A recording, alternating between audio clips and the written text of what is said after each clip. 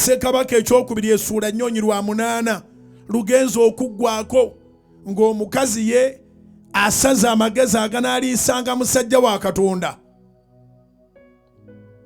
Era omusajja wa Katonda kati n'akolanga emirimu gya Katonda ng'omutima gumuli wamu nti alina gy'anaakyama n'alya. Eriyo abantu nga tabuulira njiri gye mbuulira, tajja ku kituuti, era nga si kwe kuyitibwa kwe talijja ku kituuti, naye ng'alabirira omusajja wa Katonda. Tamulabirira kubanga ayagala amwendeko. Manya abantu b'ennaku zino baakulanga eri omuntu bw'omuyambako baba omulabirira loza waliwo ebirala. Kirungi okukola ekintu n'omutima omwerufu.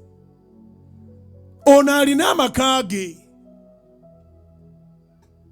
ate ne bw'oba ofunye akulabirira nga talina maka ge si mufumbo kye ŋŋamba, tekitegeeza nti akukwana oba ayagala omukwane.